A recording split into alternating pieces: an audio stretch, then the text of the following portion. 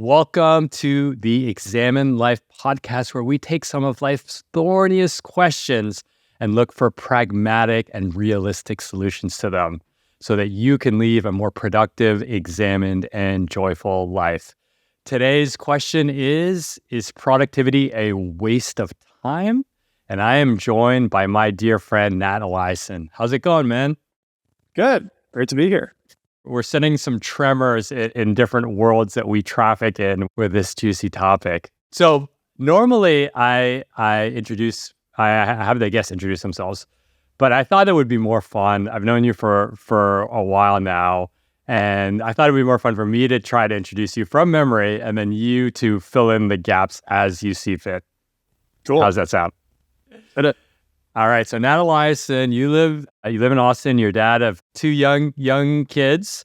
Your first kind of foray into entrepreneurship was related to an app that was around helping men last longer in bed, from what I recall.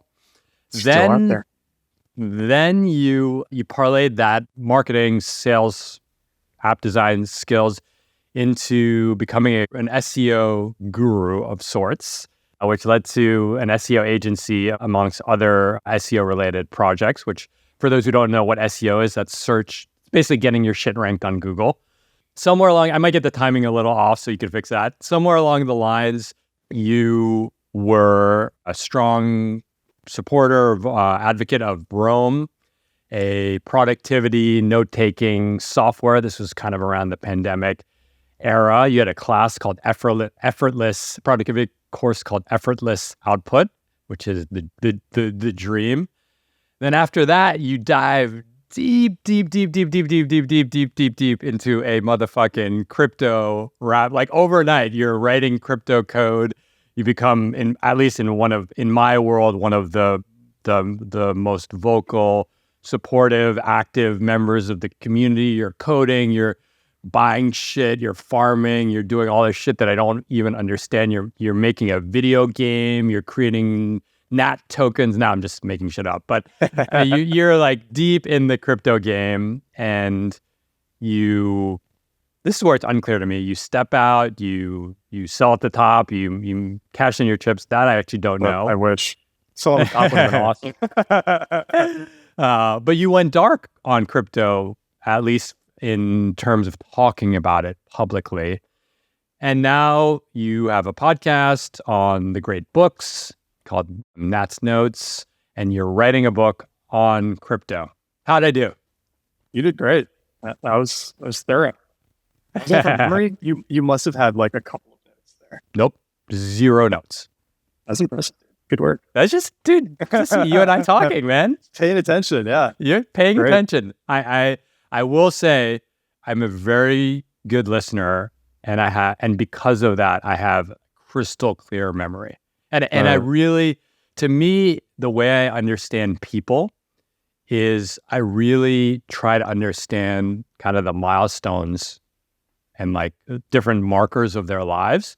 Yeah. It's so much more interesting than, they went to Yale, or they did that, which are markers as well, but it's almost like how the dots connect. And what I would say for our audience is how the dots connect through all of this is that you've always been, I don't really like the phrase like a content creator, audience builder, influencer, whatever, but you have a very active online persona. Very talkative on the internet. Exactly. As am I, which is how we're connected. So what did I miss in that? Really nothing. I mean, those are the highlights, right? It was like, the most relevant, I think, thing now, and the answer to the crypto going dark question was, I mean, one, nobody's really interested in hearing about it anymore for a period, right? Everything dropped 80%, and a lot of the air went out of the balloon, and so like I've still stayed involved quietly and keeping an eye on everything that's going on, but just talking about it much less. Plus, I'm working on the book. It'll come out mid-late next year. Plug that shit. What's it called? Yeah. I'm not saying the name publicly yet. Okay. But that would be our next episode. Talk about that. Nice. But yeah. And so kind of like stepped out of working in the industry to start working on the book. And then 6 months or so into it, realized that like only working on writing was driving me crazy.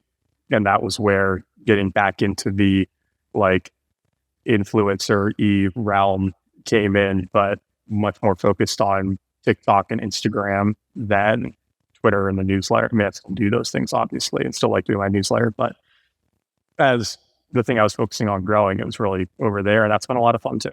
One thing I've always admired about you is, and our listeners can really take a page out of your playbook, is the pace. That's why I wanted to actually give that bio of yours, is the pace at which you reinvent yourself. You almost cram a lifetime, a decade's worth of a career into these 2-year sprints. I mean, you started an agency. I think you're still an investor in it, but you're kind of hands off on it. And I don't know, maybe that was a 3-year period or so. You did this whole cryptos thing, right? 2 to 3 year period. Yeah, it's fair. I go back and forth. On the one hand, I'm really, really good at getting up to speed in things very quickly, right? Like, and that was where a lot of the crypto stuff came from. Was your description wasn't far off. We're in the span of 4 months or so. I got up to speed and it started coding actual stuff, and working with that video game and helping like create their token and do all this stuff. And the agency, that was kind of like a 3-year journey. Rome note taking stuff was like a 1-year journey. But I mean, the downside of a lot of that is, I probably don't commit to things for long enough to get to the interesting end of the compounding growth curve. And so that's kind of been one of the focuses over the last year or two, is really asking myself, okay, what's something that I would want to do for longer than 3 years? It seems to be my record streak. I mean, that's not exactly true. I've been doing my site and my newsletter for 8 years, 7 or 8 years now. So that's been the through line. But when I sat down and asked that, it was really very clear that writing and doing this books podcast were things that I could see myself doing for 30 years very happily. Yeah. Do you think that that's a feature or a bug, that you get bored of something after 2 to 3 years, or maybe not bored, but you lose steam on it? I think a lot of it's how you leverage it, right? Because there's a couple ways it's a feature. One is that I do figure things out very quickly. That's something that I am good at. I love kind of deconstructing and figuring out how the things work. And I was relatively early to SEO, early enough that, I was able to help myself and help other businesses get these very dominant search rankings for big topics. I mean, there was a solid 2 years where if you Googled basically anything related to like men's sexual health, I was on the first 3 results of Google, along with WebMD and Mayo Clinic. And then there's like 24-year-old Nat Eliason. Yeah. And I remember the search. What is like, how do I last longer in bed? Right? Yeah, it was like last longer in bed. It was, Kegel exercises for men. It was just like all of that stuff. I had all those rankings, and it was in your 20s, right? Like early 20s. Yeah, I think I was like 23 or something. Did you go to college? You did. I did. Yeah. But I started doing a lot of this stuff my junior year of college. I took a year off in the middle to work on a startup, and I technically graduated in 3 years, but without like the third year, basically. Yeah. So it happened over 4 years, but in 3 classes. So I mean, that's the feature side of it. The bug is definitely there's other people who started working on things like very early as well, in their early 20s, who have gotten very far in that career now 7-8 years later because they just focus on that one thing.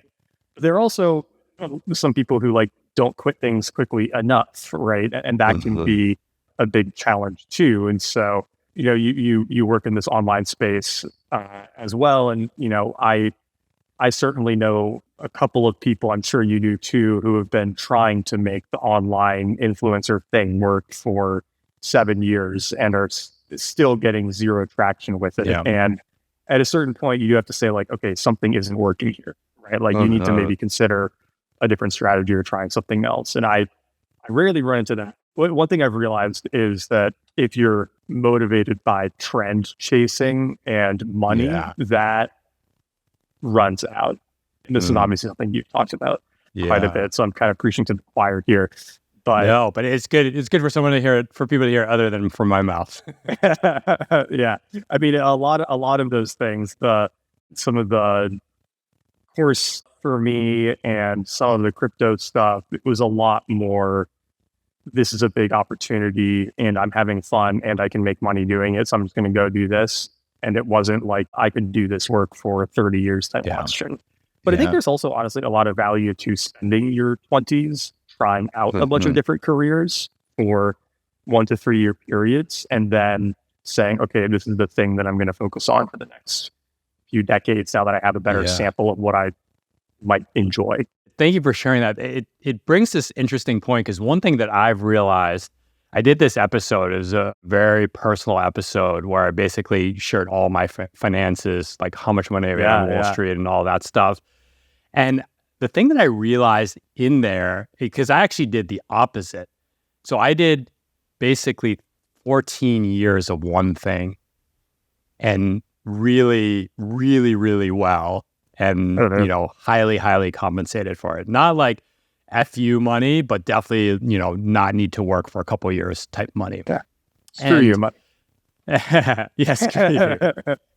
So that's a good one. I think that I was so disillusioned by that 14-year career that I lost an appreciation. It was like, yo, you left, you were a 34-year-old that had saved like $5 million in W-2 income.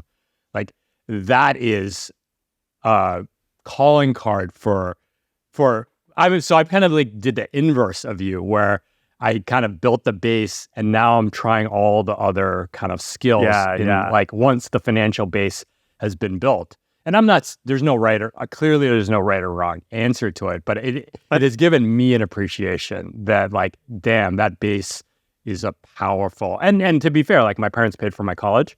So like I started out as a 21-year-old with like a lot of room to run. Totally.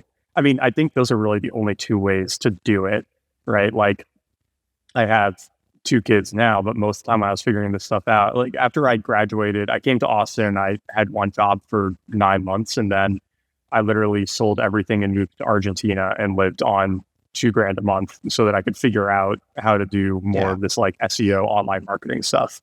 And can't do that with a wife and 2 kids and a mortgage. It's a lot harder. So then you do kind of need that nest egg if you want to go figure stuff out. And so when I talk to younger people who are interested in having some of that like career exploration, I always say just do it earlier, because the odds of being 34 and having a $5 million nest egg to go figure out what you want to do with your life is like 0.00001%, right? Like the odds of somebody getting to do it that way, I think, are so much lower than getting to drive their burn down to 0 when they're 22 and like figure stuff out. Yeah, and it's crazy because I think that gets lost, because like people. And again, I've taken criticism and praise in all directions, as one does when they're online all the time. But like the thing that they're like, you had all the saving and all that. I'm like, yes. You know how much it costs to insure my 4-person family cash? It's $25,000 a year. So you start $25,000 in the hole post-tax dollars. Yeah. Yeah, so it's like, or you're 21 and ours you're is like $2,700 a month too. Exactly. Right? Like it's a lot of money, and then you got childcare. I think we spend about $4,000 a month on childcare costs. So that's another. I mean, those two combined, you're looking at like $75,000 a year. yeah, exactly. So that's just it's like you got. That's not even housing. It's not even food, right? I know. And then like in the 20s, like you're a 20-year-old. You go to the doctor once in 10 years, right? Like maybe you broke a leg once, but that's about it. So, man, we could, I love experiment early or get super rich and then experiment early or go work on Wall Street. I mean, that's the thing too, is that I mean, people don't realize, I mean, I don't think that there's any other industry outside of Wall Street that can have that W-2 trajectory. Maybe some parts of FANG, but even in FANG, there's still like an equity-like component where you caught Facebook on the upside. Yeah, you're rolling really the dice. Like, you're not dice. rolling the dice on Goldman Sachs. No. I think Wall Street's definitely the safest route to it. Maybe law. Yeah. But you'd have to be a partner to be making that kind of money. Yeah, and it's just longer. Yeah. Maybe it's less volatile, but... Yeah. Tech software sales, if you if you're super motivated and you go crush it for Salesforce or someone, you can make that kind of money. I mean, that's like two options. Yeah, exactly. Oh man, I was talking about this with somebody recently. Maybe this was true for you too, but growing up, I remember like as a kid, I always had this idea that if you want to make a lot of money, like become a doctor. And that's actually a terrible way to make money, right? I mean, the best paid surgeon might make low seven figures, but your odds of getting there are so ridiculously slim compared to other equally challenging careers, and it takes you so much longer to get there. That's the thing, the time it takes to get there. And a lot of doctors make low six figures after all of that insane education and the time demands and everything. I mean, we have this like super weird problem where doctors and especially nurses and PAs are so undercompensated. Yeah.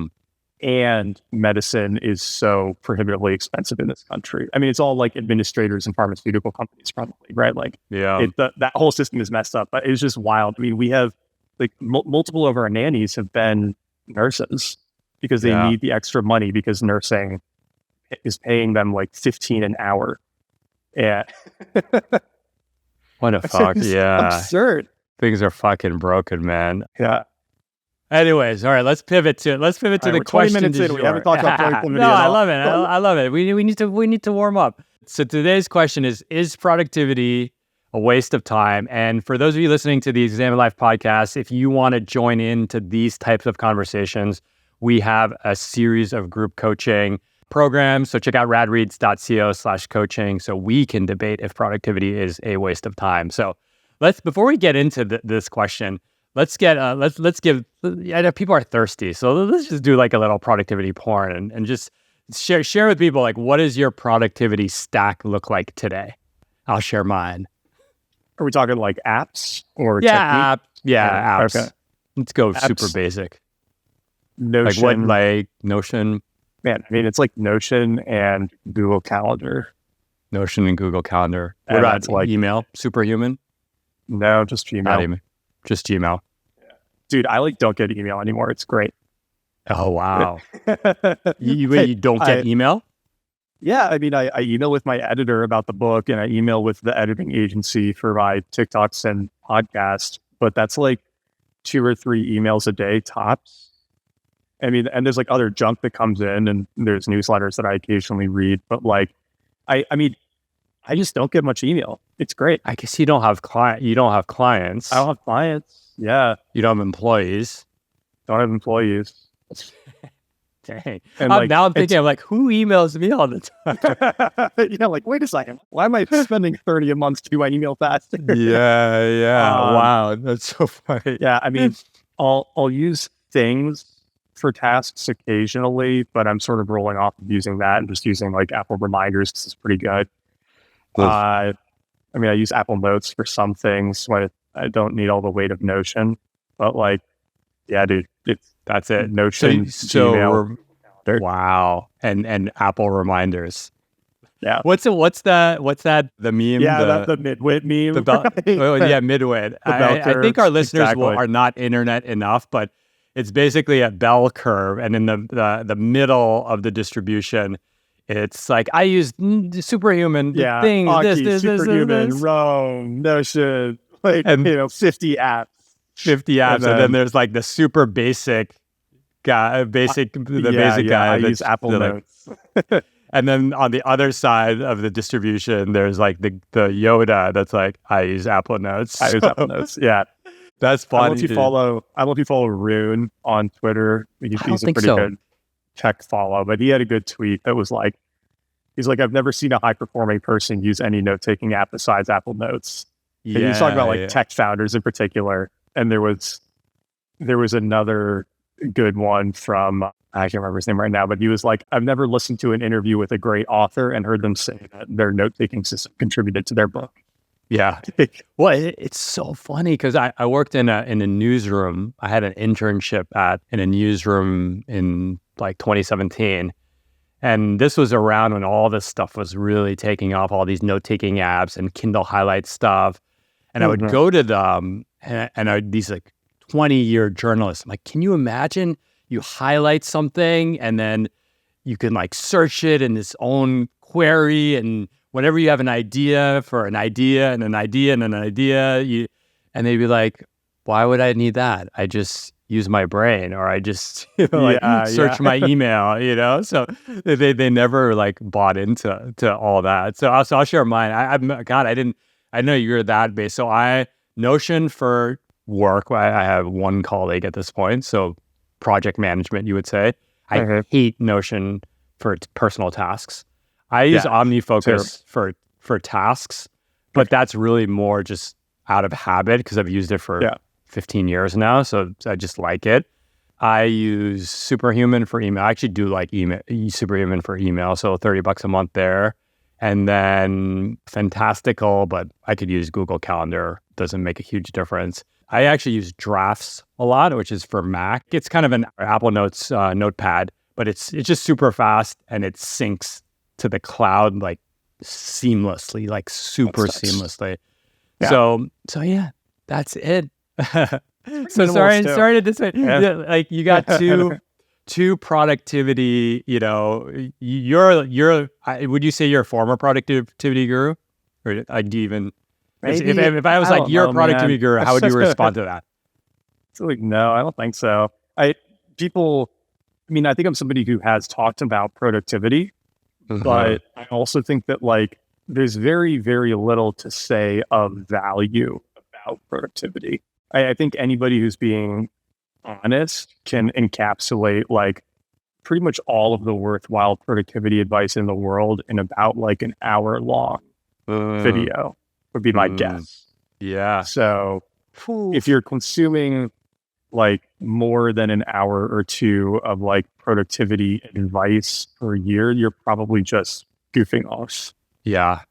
Ooh. All right. Ooh. I mean, it's that's a TikTok right there. I'm hitting end. Well, okay. So I think that there's a big caveat. There's a big caveat with that though, right? Like there's another idea, or there's another version of this, which is like it's hard to know what's good until you've engaged with a lot of bad, right? Like I'm not putting this well, but I think the only reason that I feel comfortable saying that and that I could identify what that hour of content would be is because I have consumed so much productivity stuff. And so there's kind of this like you have to do a lot to realize how little you have to do. Yeah. Like maybe that's the right way to frame it, right? Like you got to try a lot of stuff to realize how much of it doesn't work. Yeah, I'm starting to poke at a good explanation of this idea. And if you think you can put it better, hop in, because I think you probably get what I'm saying. Yeah. Okay. Let me put it another way. Yeah. I think there's a temptation of people who have like deeply understood something or like deeply explored something to kind of pull up the ladder a bit and say all of these ways of learning it are a waste of time, even though I did them. Like you should do it this other way. But the only reason that you understand this other way of doing it is because you went through the material at first, right? Like, I think there are a lot of, entrepreneurs or whatever who might shit on the 4-hour work week, but it helped them back when they were like at that stage, like when they were just figuring stuff out. And now maybe they look at it and they're like, oh, this is actually really basic. It doesn't have good information. And I don't agree with that for the record, but they might feel that way. And then they say like, oh, that's a bad book. You shouldn't read it. And it's like, well, no, it was a good book for you. And now you're just like thinking about it differently. And so I have a hard time knowing whether my like you shouldn't really consume hardly any productivity stuff. Yeah. Advice works for somebody who hasn't already consumed a lot of it. I think it's a really good point. And, you're talking, listeners are listening to two people who were just giant consumers of stuff. Like, you've consumed 4 industries in a decade, right? Or what have you. So I think that there is a caveat there. But, and I'll go back and say, I think for me, if I really had to think about it, it was reading Getting Things Done in my 20s. Like, to me, reading that book, it was, and it doesn't, in hindsight, it does not need to be 200, 305 pages. It could be a good blog post. It should be. And there's actually, I don't think there actually is a great like blog post of that in 1 hour. But that is just, that laid out this like very simple architecture. And, I've spoken to David Allen and GTD has its, people don't really talk about it that much anymore.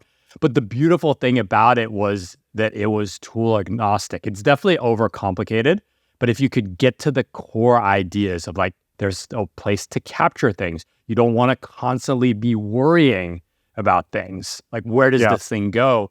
And then you need to like remember to check your lists, basically. Right? That's kind of like the 3 ideas there that I have. Those have served me so fucking well. Yeah, I mean, I'm even tempted to say that like GTD is a little too in the weeds. Yeah, in the sense of like, the real question, or the thing that's interesting to me, is that tons of people in the world and throughout history have gotten really incredible things done without productivity systems or tools, right? It's kind of like with writing, right? Like 99.9% of all great writing was done by hand on a typewriter. Like, if you think you need a special keyboard or writing app, like, you're just deluding yourself. And so I think there's really this question of, okay, what's the actual essence of it? And I do think the essence is actually just having a problem or project you care enough about, and then finding a way to carve out time to work on that problem. And like, if you simply have the problem that you care about and some tiny bit of flexibility in your day to create the time for it, a lot of the other stuff is like kind of noise, in the sense that you don't necessarily need to go seek it out beforehand, because if you like, are getting super overwhelmed, right, then, maybe you go look for a really good like project management like solution, right? Or, you hire an employee or something, but it doesn't, you'll naturally just like start writing down the things you need to do, right? But that could be on like a sticky note that you just like had somewhere, right? Like, even trying to adopt a process like getting things done might be a form of procrastination, because if you like care about the problem you're working on, then you're going to go attack it. I think the kind of unfortunate thing with a lot of these productivity systems is what they actually enable us to do is work that we don't care enough about in a gamified way that makes it more satisfying. Because it's like, I don't want to really do all of this like silly minutia, but if I put it in a checklist and I get to check those boxes all day and like, yippee, I got through my task list, then I can feel good about work that I might not otherwise feel that good about. Ooh. Oh man, you dumped a lot there. So I'm going to pull out a few of those threads. And first, I agree. I think for me, GTD, it like my brain works that way, and so that was. But I agree. Like, who the fuck needs to read a 305-page book on productivity? I mean, that's overkill. And I will like just deeply caveat a lot of the stuff I'm saying, that I might just be so far along the like curse of knowledge, like whatever, that I just don't realize how deeply internalized a lot of these things are to me anymore. One thing that I always try to remember when I talk about this stuff is like, more than 50% of people don't know keyboard shortcuts. right, when they use their computer. So they go manually click the X to close a browser tab. And they have to like move their cursor down to the bottom of the screen to click over to another app. They don't know about alt tabbing or whatever, right? Yeah. And so there are things that just feel so plainly obvious to us that are not. And so that's kind of like the big caveat to a lot of what I'm saying. That's powerful. So so they definitely have never heard of Loom, right? So right? for those of you who don't know, Loom is a very easy way to record your screen or yourself talking, and it's a million times better than email when used, in the right situation. So okay, let me unpack a few things. So there were like three things that I heard. One is having a project that you care enough about. Is like, that's, to use, our parlance, like that's like your 10K work is like, what do you actually fucking care about? Right. And then you see that with exercise, right? Like surfers don't need habit trackers because they love surfing. They're just going to go surf. But if you're drudging yourself to 24-hour fitness and you don't know what to do when you get there, and then you need a habit tracker. So I think that's one thing is like, why are we, one question we ask people all the time, and I want you, the listeners, to think about it, is like, what makes you come alive, right? If you can tap into that aliveness, the pieces fall into place. So there's this concept, and this is a deeply philosophical question, because I think many, many people, and we've got some wise fucking listeners listening to this, are like, I get this question all the time. Okay, you seem lucky that you have discovered what makes you come alive. I don't know what that is. And let's put a pin in that, because that can lead to a whole other conversation.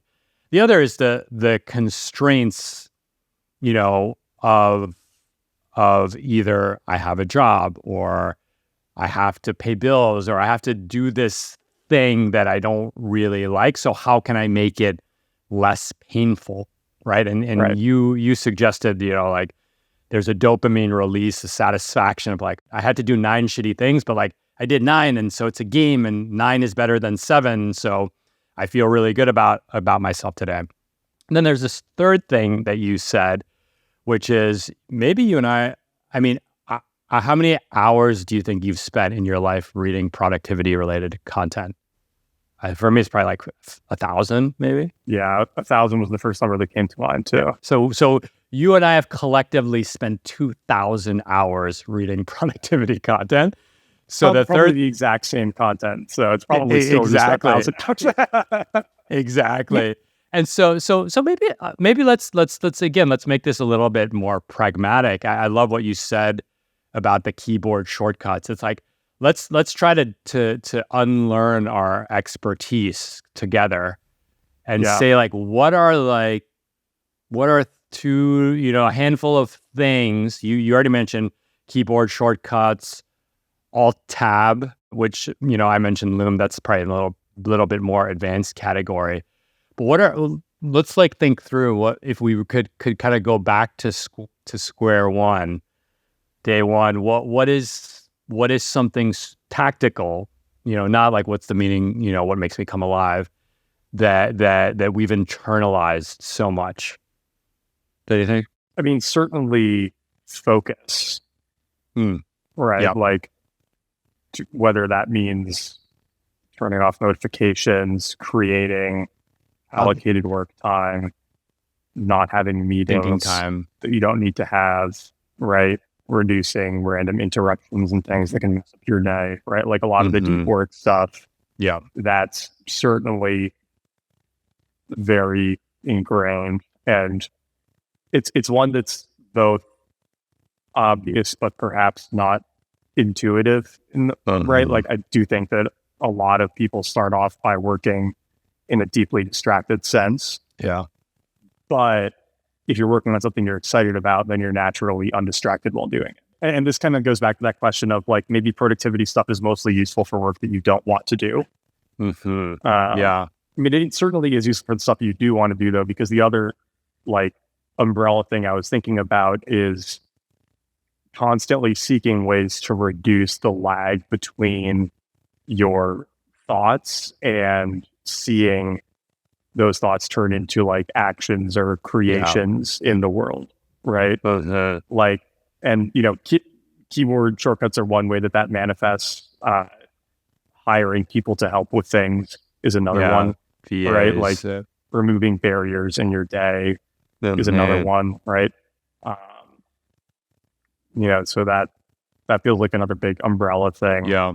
I would add one for me, this like the ability for me, productivity, a lot of it is to not worry about things. So to not worry that I have to pay my rent, to not worry, like I have an annual life insurance payment and, I have some health conditions. So like that policy is worth a lot of money to me, to my family, if something were to happen to me. And if you miss a life insurance policy, bam, they X you, right? Because especially as you get older, there's like a 7-day grace period, but think about it. If you have like a 20-year policy and you're into year 10, you're like way riskier than you were 10 years ago. Yeah. So especially for men who like have this like these drop-offs at like 40 and things like that. And so I would be terrified, that policy could make me like lose hours of thinking time through worry and anxiety. And so, and then you have like those versions on a smaller scale, like paying your taxes on time, paying your mortgage, paying your kids' college, your kids' school tuition. And so to me, a lot of productivity was just like, I just need to know that all that stuff is safe. Yeah. Right. And I think that's just using a good to-do list or just using a to-do list. Yeah. Understanding recurring tasks, maybe. Like that's probably a powerful this one. Is like, I think we're getting close to a good dividing line here because obviously some productivity stuff is useful. What's bad is when you are sort of mindlessly consuming productivity porn instead of doing the work. I mean, even that's not necessarily bad as long as you know what you're doing. Yeah, as long as you know it. Yeah. Like because it's entertainment to a lot of people. Right. Like, I think it's just fun. I used to feel like that too, right? It was just fun to read this stuff. Yeah. It made me feel good. And maybe that was kind of delusional, but maybe it was just, I was enjoying it. I think that's kind of like the dividing line is what we both just hinted at is like, are you solving a pain point in your life by seeking out some new process or system? Are you solving a real pain point? Yeah. Or are you just looking for, I think what we do a lot of the time is we know that we need to go do something hard. We need to like sit down and do the work, but we don't want to. So we look for a way that maybe we'll get out of it. Like maybe there's a magic secret out there where we don't actually have to work hard. We just, click these buttons in the right order and all our problems are solved for us. And when you're doing that, then you have a problem. But like, I was learning more video editing the last few weeks. And so I looked up a good YouTube video on Premiere Pro shortcuts and keyboard mapping, like optimization. And I did that. And it like literally saved me, 20% of my editing time for every video. So that was huge. Yeah. No, and I have every blog post I've ever written mapped as a keyboard shortcut. And so if I go... Do you remember all of them? Well, I have a taxonomy in my head. So it's like the most salient word that would associate with the post. You have that for every post? I have for every post worth sharing, I do. But it really, it's a power law where I probably end up sharing 20 of the 300. And still impressive. I don't remember like 70%. Oh, you want to hear crazy productivity stuff? Now we're just getting into funny stories. But in the BlackBerry days, some of our listeners may not even know what I'm talking about. This is when I was working on Wall Street. This is how intense I was. I Googled the most common used words in the English language, and I shortened them to like basically make them smaller. So like, I think like that would be TT. So I would say that and it would expand. So I could type fast. It would expand it basically. That's smart. Yeah. And so now, I have really silly. So the point I was saying about the text expander is I could go to a networking event and meet 15 people and just have a few notes about what we talked about. And I could come home and send them. It would to send 15 people a customized email with my best writing, podcast appearances, different things like that, probably like 25 minutes worth of reading of like high quality consumption on their end. I could send 15 of those in 15 minutes. Like that is super valuable. And it's been honed over the time. But sometimes I always go back and look at my old keyboard shortcuts and I'm like, again, power law, where it's like, I thought I was going to use thank you for your email, but right now I'm taking a break from responding to emails. And so I'm going to get back to you in 9 days. Like, when the fuck did I think I was going to write that? So there is the diminishing returns of that. So I do love that, but like finding a problem to solve. And then, you go to this point of self-awareness. It's like anything, right? Is this thing serving me or is this distracting me? Right? You could use that with alcohol, right? Okay. One drink to just like celebrate with your friends and 4 drinks to numb yourself because you can't deal with your life situation at that moment, right? And alcohol is a great example because that line gets blurred real fast. And not only that, but the line gets blurred real fast and the alcohol blurs the line for you, right? So you could cut, at least with productivity, but yeah, I wonder if we could give our listeners like a little like heuristic. I know in some meditation circles, they'll say things like, is this thought, like, let's say you have a thought like, I suck, or, this person's mad at me, this, you're in your head about something. You can like observe the thought and say, is this thought serving me? Right? Is this thought serving me right now? Like, there might be some kind of way, if you're reading your 8th productivity porn article, to say, is this article serving me towards my bigger goal, or does this move me forward, or will I care about this in a decade? Right? Yeah. I mean, I think that's a very helpful question. I also think that you probably shouldn't consume stuff from people whose career is productivity advice. Don't listen to earmuffs.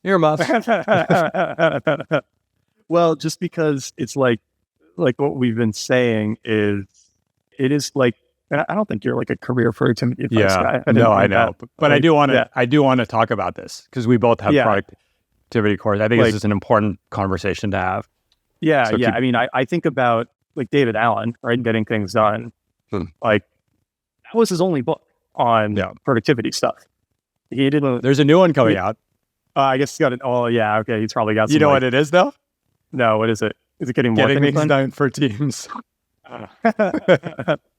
Okay, well, that's kind of a natural extension, right? But I sort of mean like, if somebody is incentivized to keep like rehashing things and keep like talking about them over and over again, then the like signal to noise ratio is going to be very bad, because there's going to just be like way too much content that they feel like they have to reduce. They have no incentivized to really make it concise.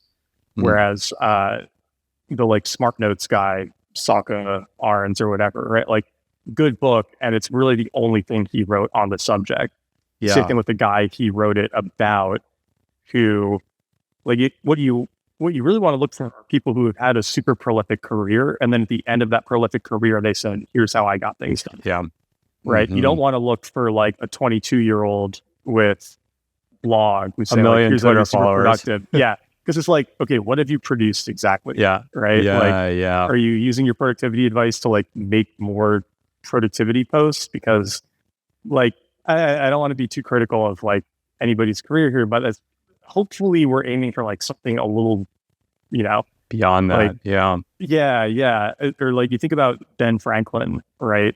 Like, in his autobiography, he has a couple of just like great pieces of productivity advice, and that was all he needed to say. Right? And it's great advice. And he had a super prolific life before that, and then he wrote his autobiography towards the end of his life, and that was kind of all he needed to say on the subject. So I love that kind of information, because it's going to be just super, super dense.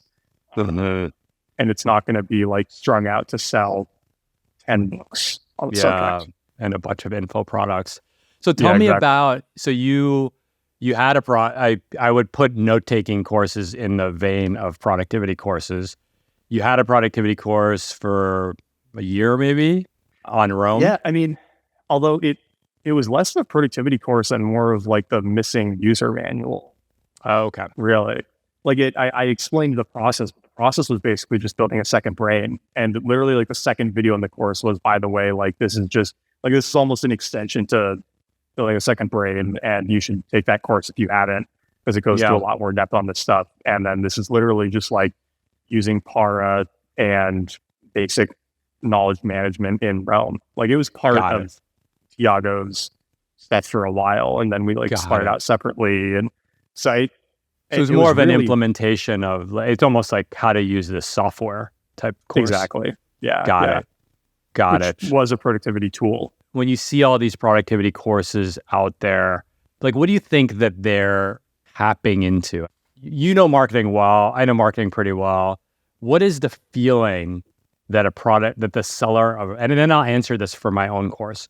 What is the feeling that the seller of a productivity course is trying to tap into? Because you really understand that. You may or may not have done it, but you understand it you've been around it for so long, like as a consumer, potentially a seller. Yeah, I mean, I think the kind of like cynical answer is that they're tapping into that hope that you won't have to like do the hard things if you take this course. Yeah. Right. Yeah. Like, I think that there's that sense of, I find the right productivity course or trick or hack, then, my business will work. I will make a ton more money. I will, be happy and, get whatever else. And that's typically not the case. Right. Yeah. Like, I feel like in terms of, if you're taking a productivity course, right, like a how to be more productive type one, like take it for a very specific thing, because those ones can be super useful. Like how to be a really productive, YouTube editor, right? It probably wouldn't be called that, but it would be like, YouTube editing process. Yeah. Where you're going to learn like file management and, all of the like keyword shortcuts and organization and all of that stuff, right? Like that's probably actually going to solve that problem. Yeah. But I think the much more high level ones, it's harder for them to deliver, because I don't think a lot of people seeing them out maybe even know necessarily what they want. Yeah. Yeah. It goes back to that, like have that specific problem and then go find a solution for it. You know who's so good at that? One of our shared mutuals, Marie Poulin, she's a voracious course taker and also a course creator. But she's like, oh, I'm struggling with imposter syndrome with public speaking. So like, I'm going to take an imposter syndrome workshop. Nice. Right. Oh, I'm learning TikTok. I'm going to do, some video editing stuff. And so I think you could even, you and I talk to an audience, we can even zoom this out of productivity where people just take like learning, right? I don't want to, I'm not shitting on learning, but I think people can fall into the trap of just like reading 15 books on writing and never writing a word on a page or never hitting publish once. And I think it's that same thing you just described, which is that feeling of we can bypass the hard part of the process for you. I mean, there's this whole like edutainment sector, right? Like masterclass, right? Like it's just hilarious that there's like Kevin Spacey teaches acting. Yeah, Steph Curry teaches basketball. Like nobody has ever learned how to play basketball from watching a few masterclass videos of Steph Curry. And I've watched some of the writing ones, and they're with great writers, but they're not good. Yeah. They're like, you learn almost nothing from the class. I'm sort of like, okay, this is to feel like you're doing something when really you should probably be writing. Yeah. So there's definitely an element of you have to be careful that you're not. That's really one of the most important questions, I think, is like, am I looking for information because I don't want to do what I know I need to do? Yeah.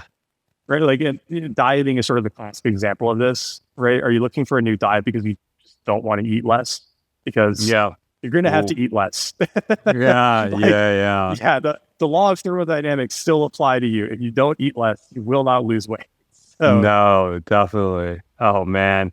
So my experience with the productivity courses. So we launched Supercharge Your Productivity kind of right it was kind of the perfect moment where it was right when Notion was coming out and COVID. So it was just that era for course creators was special. It was we all made a lot of money.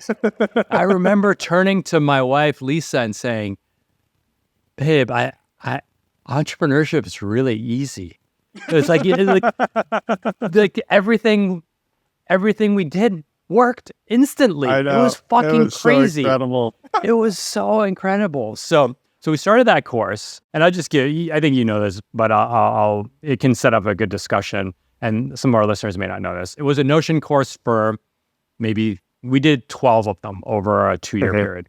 And yeah, it was, I think over those 12, it made probably like $1.6 million of revenue.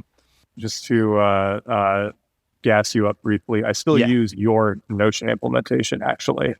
That was the most helpful. That was the most helpful resource I took on the subject. Awesome. I barely even talk about Notion, so thank you. But thank you. So we did that. It was like Notion for three sessions. And then what I realized is kind of this question that we'll go to later in the podcast is you need to help people figure out what they care about. Yes. And then you need to help people figure out what their blockers are, both in finding what they care about or just their blockers in general, right? That's the most productive thing is what do you care about and how do you hold yourself back? How do you self-sabotage? And you really get into the realm of therapy type discussions quite quickly. Inner critic, perfectionism, fear of failure, fear of being judged, cringe mountain, all that stuff. So we kind of I quietly morphed the course into helping people figure that out, right? Yeah. And, there's always been this trope about RADREADERs, come for the productivity, stay for the existential. Because I didn't want, that's why you're you said, you're not a productivity teacher, you're not a productivity guru in that strict sense of the word, because that's always been for me the Trojan horse to get people to talk about real shit. So we morphed it that way, and at first people were really confused. We got rid of Notion, and now it basically exists in this kind of weird place. So it's 8 lectures. 2 of them are highly pragmatic, like how to use recurring tasks and capture inboxes, that stuff. But the other 6 are why do you even want to be productive? We really question, and people are crying in the first class because it's always that we call it the 5th why. It's always I don't love myself. I'm unlovable. People don't love me. And so being more productive means putting more stuff out or, being more relevant to, and basically being more worthy of love. Yeah. Right. And so that comes out within the first 20 minutes and it sets the tone. And so then we have the thing why do you struggle to say no? People pleasing, setting boundaries, kind of life skills that make you more productive, but it's not moving a widget from point A to point B. My issue, I'm done with the course. We're doing one more, our swan song. And my issue with it is that you still had to sell that pain point. You still have to push people's buttons to get them in the door. You couldn't say hey, I'm going to make you a clearer thinker, more confident, and a better boundary setter. People just don't want to buy that course. Yeah. But if you're I'll give you 8.6 extra hours every 2.7 weeks, you're going to make more money. You're going to make more money, but it was just hard for people to, someone said, why don't you call it, it's called Supercharge Your Productivity. They're why don't you just call it Supercharge Your Life? I'm you know why? Because no one will ever buy a course called Supercharge Your Life. What does that even fucking mean? It means nothing.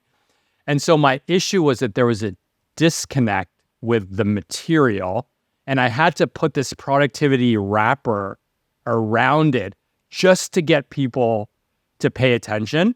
And at the end of the day, it became inauthentic because you had to do a little bit of that, you're not productive enough, loser type marketing. Yeah. And I've hit a point in my life where I suspect you're considerably younger than me, but I suspect you're at that point too, where I'm not doing shit that's not aligned with how I want to show up in the world. Yeah. And so I think that I can blow up the course and take those components that I deeply care about, that I find truly moving, the shit that makes people cry, and repackage that in a way that is just more authentic to how I want to show up, that doesn't make people feel like shit just so that they buy something to make me more money.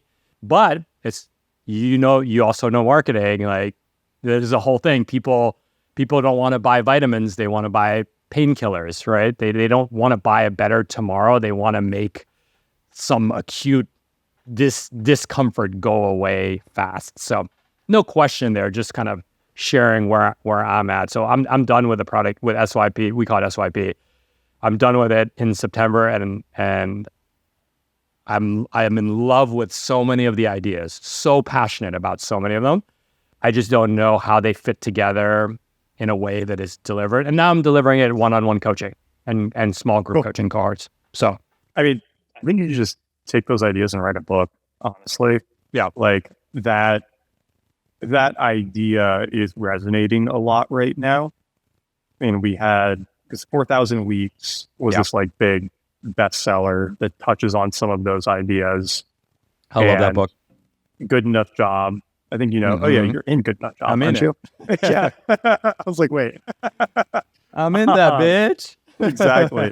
Right? Like, there's some interest in these topics, and like you clearly have an audience that's interested in them. And the problem might not be your ideas and you're talking about them. It's the packaging. Like it doesn't work as a course. Yeah. But it could work really well as a book.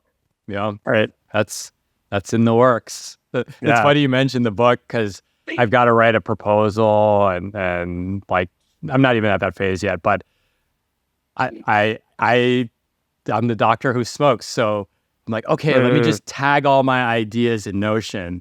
Yeah. And then rank them and then put them in a fucking Kanban board. And then I'm like, no, just fucking write the fucking proposal, you idiot. I bet you've done that too. I totally. I mean, the thing that I've been actually trying to do more of is like there is actually a good amount of truth to, I don't know, I don't have a better way to phrase this. Like a lot of us on Twitter and in the productivity world are stuck in this like kind of like middle zone, right? Like it's literally the midwit meme and we're all talking to each other and looking at what each other is doing and comparing ourselves to each other. And then there are these people who are like so far beyond us in the realm of communicating and sharing ideas that don't care about any of this stuff.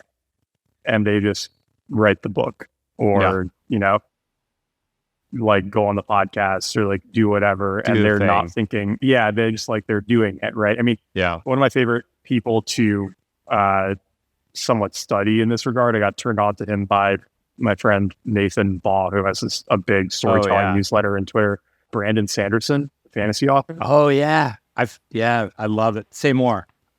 I mean, he literally just writes for 4 to 8 hours a day, every day, and like plays with his kids and hangs out with his wife in the evening. Teaches his one class at BYU, and that's just all he does. He just writes, hangs out with his family, and teaches his class.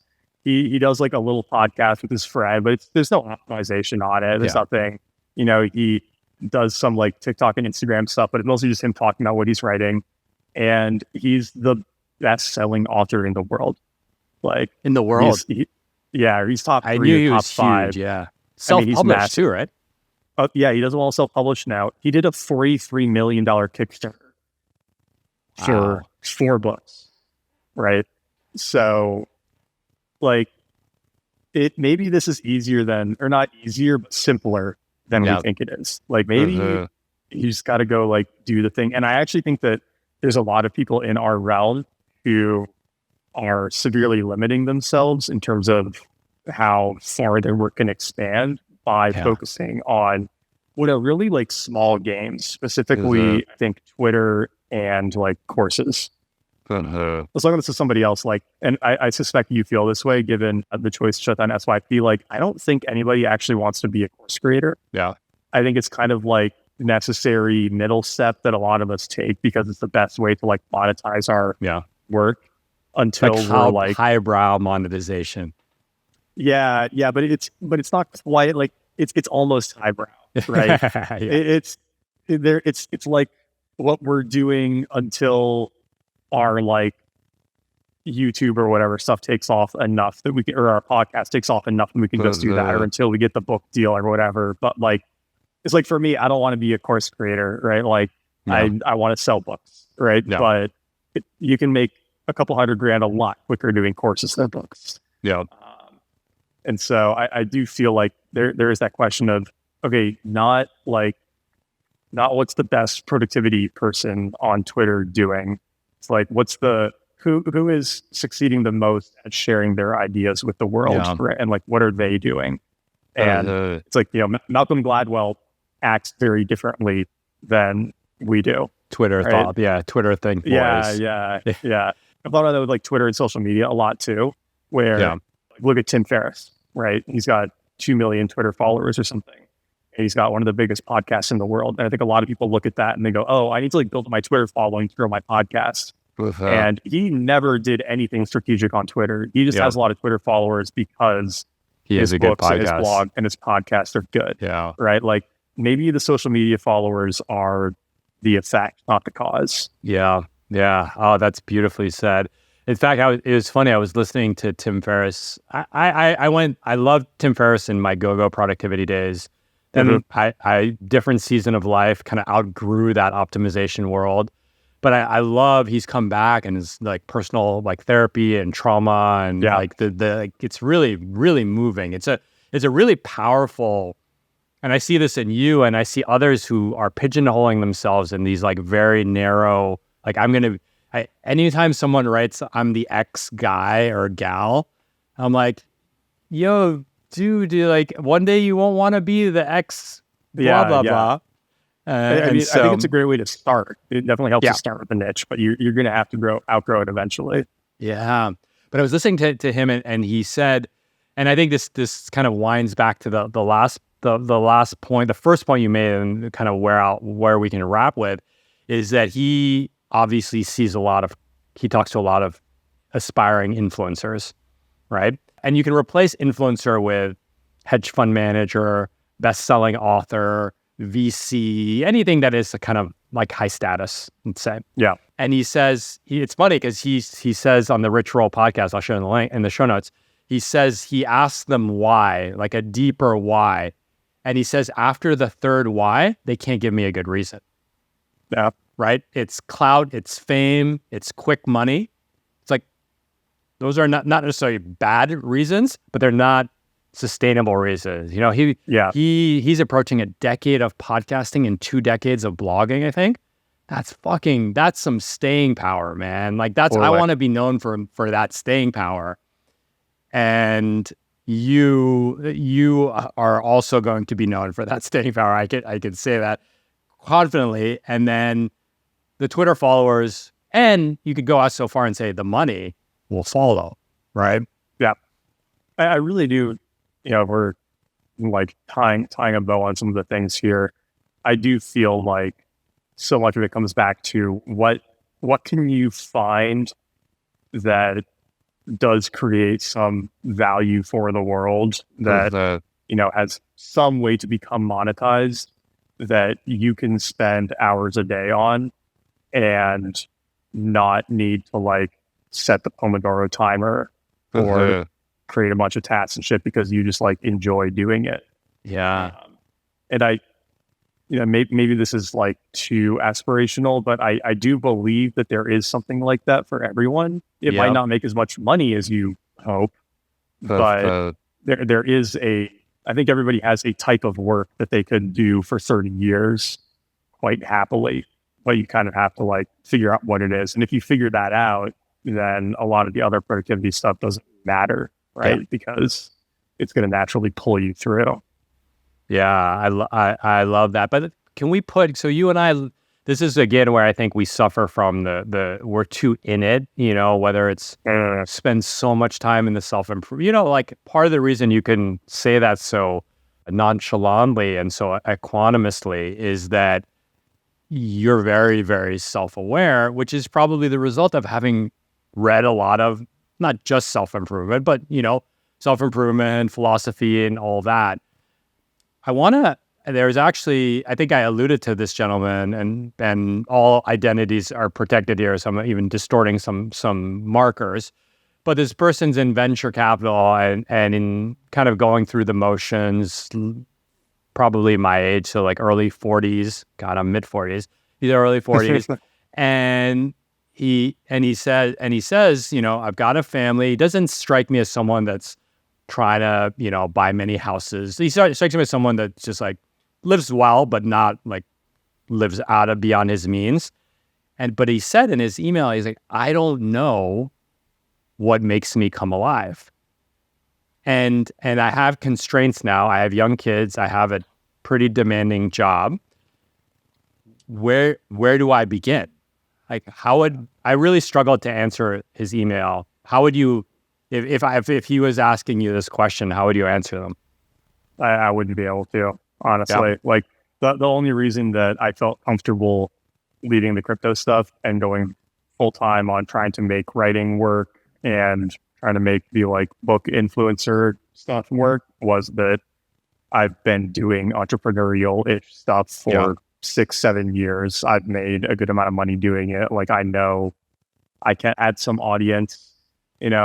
I got a really good first book deal, right? Like it wasn't a scary choice, but if I didn't have all of that experience, like I don't think I would have been comfortable going after it. It might not have been responsible to go after it. Yeah. Right? Yeah. Once you have kids and stuff in the mix. So I know it's kind of a bleak response, but do you have a response to someone who's like, maybe with a little less constraints? It's like, how do I find what lights me up?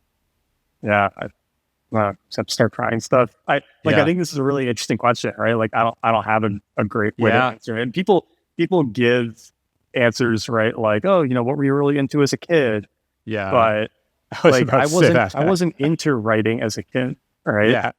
Like, but maybe, there's also, I think, another interesting question where it's like, what's the thing that you were excited about as a kid that like got squashed by an adult? Yeah. Because I did have a couple of experiences where I have two very salient ones I can think of. One where I got excited about writing and one where I got excited about making a video game, and both of them got squashed by an adult. And then I never picked them up again. But you made a video game. I did.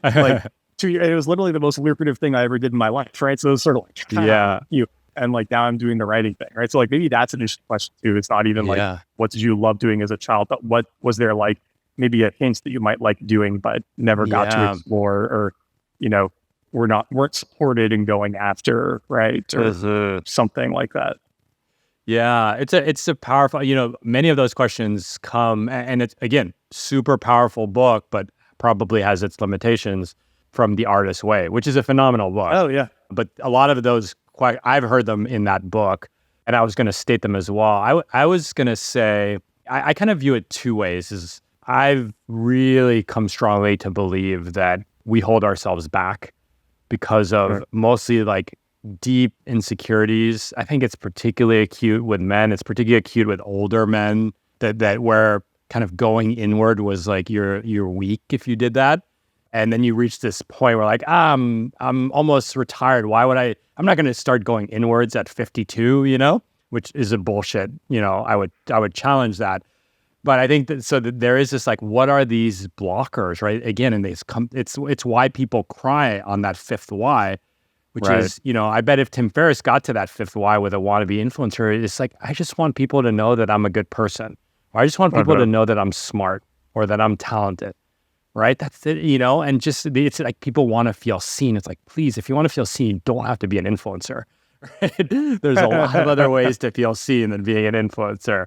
So I think that there's these, and again, that's where there's different modalities of journaling or therapy or a meditation or spirituality, religion, or, what have you. There's a million different pathways there.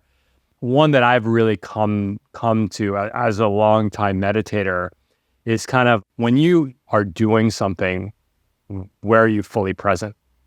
Are you and I think we're saying the same thing. It's if you're really into writing, then you're not resisting the urge to get on TikTok, Right. But if you've tried to trick yourself that you're into writing, you're going to be on TikTok or buying The Artist's Way for the 9 millionth time. And so, and I think that it starts small by like noticing like a tiny, it starts by even being able to connect to presence. Again, I'm sounding very Sam Harris like, but it's like, oh, I actually noticed a tree, right? And you're like, oh, I noticed a tree. And like, oh, I noticed that when I formatted, this happens a lot with people I talk to, when I formatted an Excel sheet so beautiful, like I actually got lost in that presence of like of a beautiful, we've all done that beautiful PowerPoint or what have you. That doesn't mean you need to go become a graphic designer. It doesn't mean, but I think if you can stack those blocks of presence together, the Buddhists would say then you've like lived the richest life. It doesn't matter. Like you've lived the richest life by just being present in everything you did. I'm not at the point of like making that claim or even wanting to pursue that in that way. But I do know it's like, wow, if you string together these moments of presence, presence begets more presence. And then next thing you know, you're like, wow, I really actually, you might just enjoy the thing that you're doing because you can do it present from a state of presence than a state of like dread or insecurity or so on. Yeah, I mean, I do think that the state of mind most of us are seeking is not happiness or pleasure, it's presence. Like it's literally not thinking, right? Yeah. Like the thing that we actually want the most is to not have to think about anything because you're like in the moment enjoying it. You're playing with your kids, playing a sport, or you're, so if you can find a type of work that begets that mental state, that's sort of like the ultimate goal. Yeah. I think for what we're talking about, it's tough too. I mean, like, and I go back and forth on this all the time because sometimes people will reach out and they'll be like, oh, you seem to write so much. How do I get myself to sit down and write every day? Right. And I'm like, you already lost. Like if you don't like doing it, if it doesn't naturally pull you, like I feel ill if I don't do it for too many days in a row. Right. But I don't know if that's just because I've done it so much as like I've practiced. And I mean, I think that's actually one of the interesting questions is like, can you train yourself to like love working on something? Yeah. That was sort of like Cal Newport's argument in So Good They Can't Ignore You, right? Because if you just like pick something and get really, really good at it, it will start to become self-rewarding. Yeah. And you will achieve those like flow states and that presence because you will be really great at something. And like that will be the reward. Yeah. And so I wonder to what extent that's true too. Like, I don't know.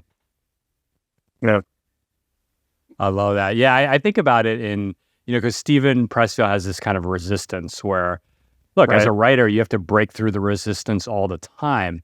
But then there's this kind of creative resistance, and then there's this resistance where you fucking hate the thing, right? And I think you need to have, again, this kind of self-awareness trained to be like, this is creative resistance that I need to work my way through. And this is, I fucking hate this resistance and I just need to move on and do something different, right? Yeah, that's a good point, all right? Like having like little questions that you ask yourself can be very helpful, right? Like, the one that I ask myself the most related to work is like, why am I putting this off? Or like, why am I procrastinating? Mm-hmm. Yeah. Right? Because you'll catch yourself, right? Yep. Especially if you only have a few things that you need to do. And I'll just often ask myself that during the day, like, why am I procrastinating? And then I'll realize like, oh, it's because I don't need as much time for this as I allocated for it. And so I know I can get away with it. Or, oh, I don't want to do this thing. I don't want to respond to this email, or I don't want to XYZ. It's like, okay, well, I'll just try to make myself do that and then it'll be better. Right. Like, those can I love be that. Very helpful little like, but again, now we're like talking about productivity tests, right? Like maybe they are useful. I don't know. Yeah, no, it's true. I the one that I've been, this was inspired again by Tim Ferriss via Tara Brach was, what am I unwilling to feel right now? So it's like if you're procrastinating and, when you're procrastinating, you're avoiding something, right? Which you stated that as well. And so what am I unwilling? It really kind of puts it at this like visceral level, which is, there's usually some kind of insecurity, right? There's an insecurity of, failure or insecurity of I'm not good enough, or, I don't know how to do this thing, right? I'll be rejected. And so, again, that's why I always personally come back to the most productive thing you can do is deepen your self-awareness, how well you know yourself. And then all this other stuff, which I think we're saying the same thing, all this other stuff then kind of reveals itself to you, right? Versus you having to go chase it and bend it, to your will and gamify it and put all these doohickeys around it. Yeah. It's so tough because a lot of these lines that we're talking about, like the line between just consuming more information instead of doing the work, or the line between like, is this I hate this, or I am, or a normal resistance type thing, right? Like I think one thing that is kind of becoming clear is that we probably have just spent we can only see what's useless because we have consumed so much information in this space. Yeah. And so there is that element of like, I think this is actually a sort of common question, and the answer is usually no, which is like, can you shortcut the process? In the sense of like everybody knows, I think, that achieving their goals, hitting some big financial milestone, whatever, won't make them happy. Right? They know it won't be fulfilling. Like they've been told that a bunch of times, but I don't think it's possible to understand that until it happens to you. And so in some sense, that information isn't useful until you've had the experience. Like you can't shortcut that. And so, perhaps the only way to feel like most productivity stuff is useless is to have like consumed and understood most of it. Yeah.